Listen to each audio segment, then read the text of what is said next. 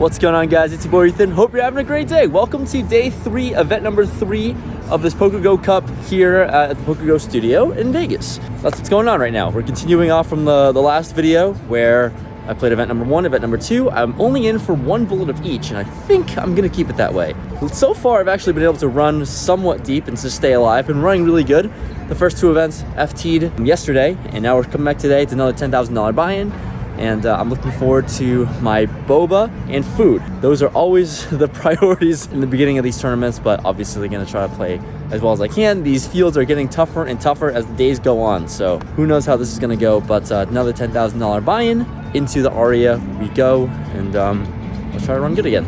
Day 3, event number 3 starts off hot here in this PokerGo Cup. We're in level 2, and I pick up ace-3 of clubs in the hijack. I raise things pre-flop and get the cutoff player to my left to 3-bet me, and action folds around to me looking at his stack in my specific hand. I think I go either way with a call or an all-in for 40 big blinds total. The total would be about 60,000 give or take, and I take my full 30 seconds of the time bank before going for the aggressive route because that's always more fun. I go all in and I get snap called by pocket queen, sadly, so I end up actually losing this all in and I'm crippled. Starting stack was 125,000, his stack was 60,000, so all of a sudden immediately down to half starting stack. Trying to pick things up in level 4 now where I pick up ace-jack offsuit and the low jack. I raise it up to 6,500 and action folds around to the small blind player who also has a short stack, under 20 big blinds, and he goes all in. About 50,000 give or take, and ace-jack offsuit, given the configuration and stack depth, I'm gonna make the call. My opponent shows pocket 10s, and the flop comes a 10. Oh god, gonna be hard to win this one, but turn heart, river, suck out. Oh my god. A live rivering Broadway, that certainly has to feel bad.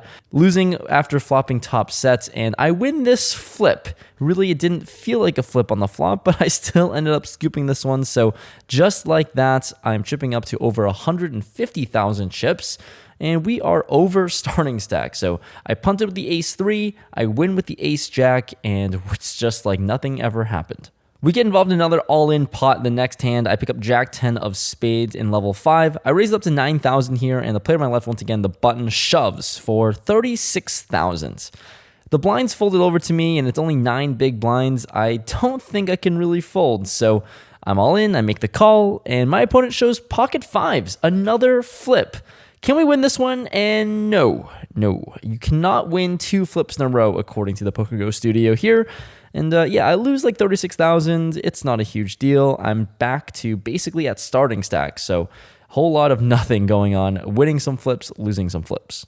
Okay, in this next hand, we're actually going to play some poker post-flop here. Level 6 we go. I pick up ace-king of clubs in the big blind. Hijack player Justin Saliba, a good buddy of mine, raises up the action to 11,000. When action folds over to me, this is definitely a good candidate to raise for sure. It's a premium holding, so let's get in there. I 3-bet it up to 42,000, and my opponent makes the call who has a chip stack covering mine, so let's play a big one, hopefully. Pot is building up here with over 80,000 in the middle, and the flop is ace-jack-3, 2 hearts, and a spade. Overall, very, very nice flop, hitting top pair, top kicker. And it's going to be easy to play this one as I'm going to bet for value all 3 streets. So I start off with a small bet of 16,000. Didn't have to go too big, I don't think here, mainly because, well, it's a 3-bet pot, and it's pretty easy to get the stacks in on the turn or river. And for this small bet, I'm able to milk my buddy Justin in, and he decides to come along for a call. Going to a turn now, which is the king of spades, 2 flush draws on the board, but how sick is turning top 2 pair? Now, all my decision making here is upon bet sizing. With the stack to pot ratio only at around 1, as in I have about a pot size bet left behind in my stack, I decided to go small because I have such a strong hand. I really want to milk in some value against flush draws. So I bet 35,000 and I get a snap fold. So maybe not the best card for action, but definitely a good one for my hand. Nice to chip up over 200,000 now after this hand. All right, quick little update. It's been a while. I haven't played many hands on the vlog. I have over 300,000 in my stack. I think the last time you saw I had like 150. We've been playing hands, not that many interesting ones. That's just what happens in these tournaments. I don't think they're super interesting because sometimes you raise, sometimes you call, you c-bet, and they fold. And then you pick up some big blinds. And then sometimes they call on that flop, you bet again on the turn, and then they all fold. Then you pick up more chips. So not a whole lot of interesting play. Not a whole lot that you can see a run out. Not a whole lot where it goes to showdown. A lot of non-showdown stuff. So that's why I really haven't been capturing and showing you guys the footage. But yeah, there's like 30 players left now out of the 90. 13 players paid this time, and up top is 216,000. 13 players pay, 30 left. That's the update. It's also dark now, so here we go. Level 7, level 8 comes and goes, and I actually end up shipping up to just over 300,000 after winning some small pots, and here we are in level 9. Ace-8 offsuit in the big blind, and there's a low jack raise to 20,000. Here, certainly going to defend with an offsuit ace. I mean, it could be marginal of a fold, but let's get in there and play a hand. Flop comes ace-6-3 rainbow. Awesome flop for me, pretty good board, of course, and I think any ace is going to be the winner here a lot of the time, so I check it over to my opponent, and he bets 15,000. I don't think I have a whole lot of a decision to make here. I don't think check raising accomplishes a whole lot of anything with an ace, so happy to make the call and see a turn, which is the deuce of hearts. Brings in a backdoor flush draw now, and here I think my hand actually wants to lead sometimes. Given that there's a few low cards on the board, and those low cards should certainly hit me more than my opponent who raised pre-flop, I decided to lead 22,000 with my top pair. And this, I guess, ends up confusing my opponent because he takes a really long time before making a decision. I think here with my lead, I just get to get a lot of value from pairs under an ace. I get to protect my hand against who knows what he could have, maybe just one pair already. But here for 22,000, he does end up making the call. All right, we've got a pot building, and the river is a 4. Any 5 is now a straight, and I am really unsure as to what's going on. Does my hand want to bet for value? Does my hand just want to bluff now as if I'm behind a better ace? Do I check because I think I have enough showdown, or do I bet here for value? It's a lot of different questions that I don't have the answers to, but in game I decided to bet 45,000. What could I get called by? Well, not a whole lot. So yeah, while I'm doing this commentary, I think maybe a check would have made the most sense, but 45,000 to go, and he ends up folding. So looks like we just had the best hand either way. This river bet is probably something I need to work on. We're progressing real quickly here now in level 10. We're at the final 3 tables. 21 players left. We're inching closer and closer to the money, and I pick up ace-jack offsuit in the cutoff. The hijack opened things up to 24,000. And here, next to act in the cutoff, certainly happy to be aggressive, going to be 3-betting a lot of good hands, a lot of bad hands, and I'd say this one's a good one. So 70,000, dealer, that's how much I want to raise it to, and my opponent ends up making the call for 70,000. We've got another big pot brewing, and the flop is ace-5 deuce 2 clubs. My opponent checks it over to me here, and on a very good board for an ace, I don't necessarily have to have a bunch of aces, so I'm going to bet small, hoping to, I guess, get a call here and get some value. I bet 17,000. I think that seems to be the optimal strategy to bet about 20% pots. You guys let me know in the comments below, and you be the judge. But for 17,000, my opponent makes the call, so we're off to a turn, which comes another ace. As if I didn't think my hand was good enough, now it is certainly the nuts, or at least it feels like it. My opponent checks once again, and I'm going to bet small once again, keeping to the theme of small betting here, especially when we're close to making the money. You want to be as conservative as possible, so 28,000 to go, and my opponent calls. Oh boy. Let's see a river, hoping to fade a club. It's a brick, complete blank card that doesn't matter, and my opponent checks for a 3rd time. All right, I don't know what to really get called by. Maybe a non-believing kings, queens, jacks, those pocket pairs like that. So I decided to go for a bet of 45,000, incrementally increasing the size of the pot with each street.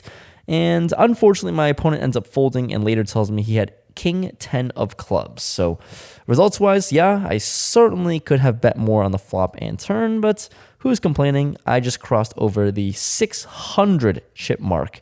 600,000 chips in my stack, and we're cruising right now. This next hand gets a little sweaty here. With ace king of hearts, an early position player decides to open a shove for 230,000.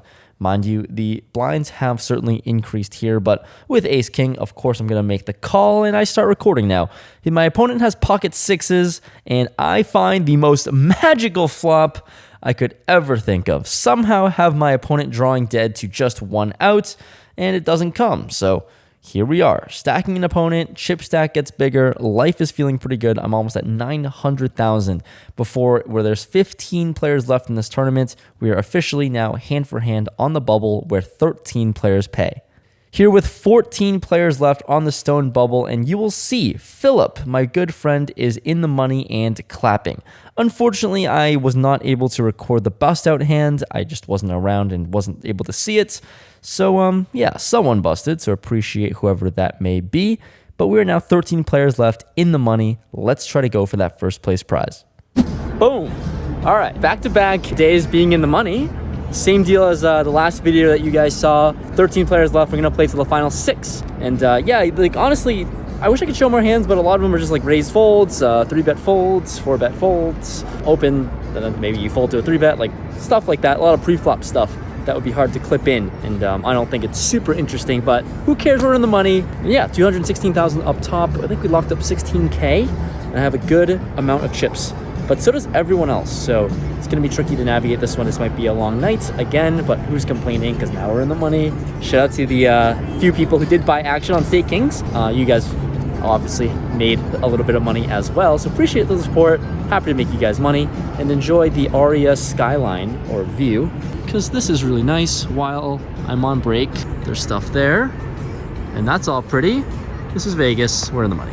Certainly going to be trying indeed in the next level, level 13, with ace deuce offsuit in the small blind. Action folds to the button, who raises things up to 175,000. From my perspective, that's a really big raise, but turns out he's basically just all in. So with an ace on 7-ish big blinds, give or take, that my opponent can have, I decide to call. So I make the call for 175,000. Big blind folds, and you see I run into a little bit of confusion. I unfortunately showed my cards a little too early than I should have. I thought my opponent in the button here was all in, but turns out he saved like 15,000 chips behind. So it's only 3 chips.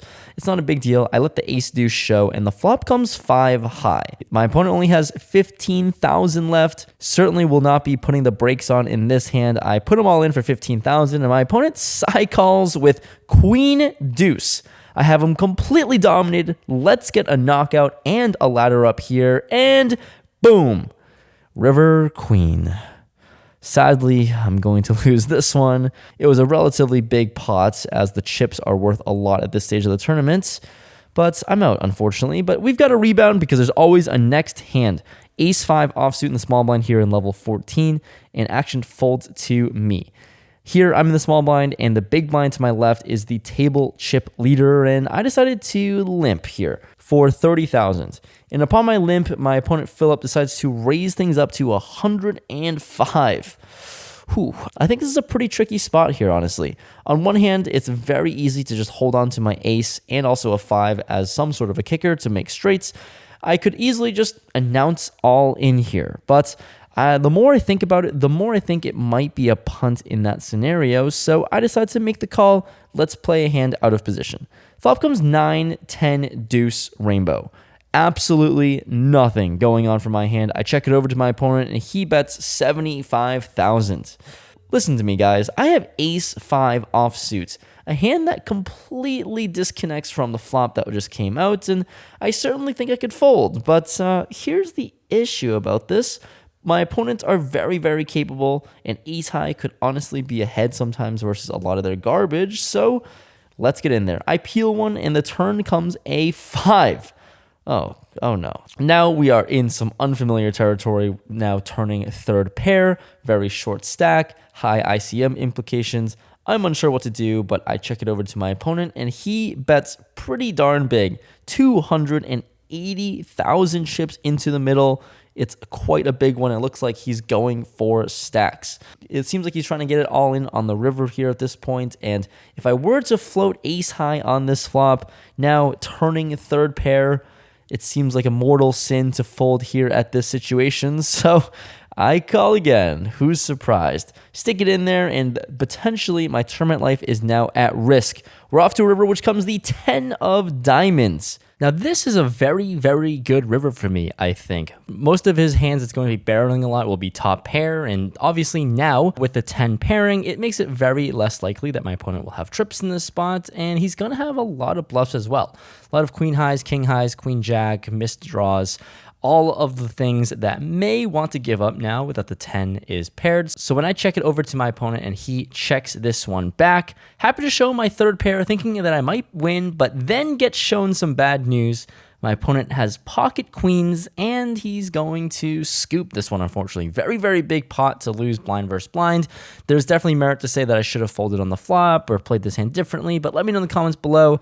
Unfortunately, I lose this one and run into a premium. After this hand, there are 10 players left. We're on the final table, stone bubble, I think. And here we are with pocket 10s versus pocket deuces, all in for what I would assume is a small stack. And pocket 10s is going to hold.